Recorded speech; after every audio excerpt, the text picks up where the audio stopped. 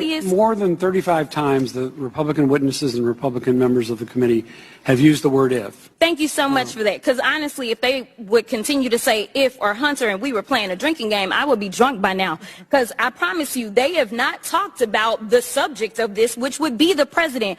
But let me tell you something that was so disturbing as I walked in to this chamber today. As I prepared, I said, what is the crime? Because when you're talking about impeachment, you're talking about high crimes or misdemeanors. And I can't seem to find the crime. And honestly, no one has testified of what crime they believe the president of the United States has committed. But when we start talking about things that look like evidence, they want to act like they blind. They don't know what this is. These are our national secrets.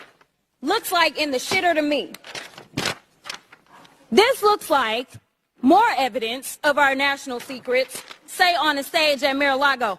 When we're talking about somebody that's committed high crimes, it's at least indictments. Let's say 32 counts related to unauthorized retention of national security secrets, 7 counts related to obstructing the investigation, 3 false statements, 1 count of conspiracy to defraud the United States, falsifying business records, conspiracy to defraud the United States, 2 counts related to efforts to obstruct the vote certification proceedings, 1 count of conspiracy to violate civil rights, 23 counts related to forgery or false document statements, 8 counts related to soliciting, and I could go on because he's got 91 counts pending right now. But I will tell you what the president has been guilty of. He has unfortunately been guilty of loving his child unconditionally, and that is the only evidence that they have brought forward. And honestly, I hope and pray that my parents love me half as much as he loves his child. Until they find some evidence, we need to get back to the people's work, which means keeping this government open so that people don't go hungry in the streets of the United States. And I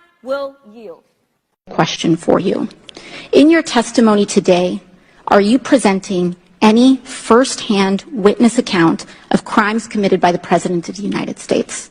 No, I'm not. No, you are not. Ms. O'Connor, you are the second Republican witness here today. Have you, in your testimony, presented any first-hand witness account of crimes committed by the President of the United States? I have not. Thank you.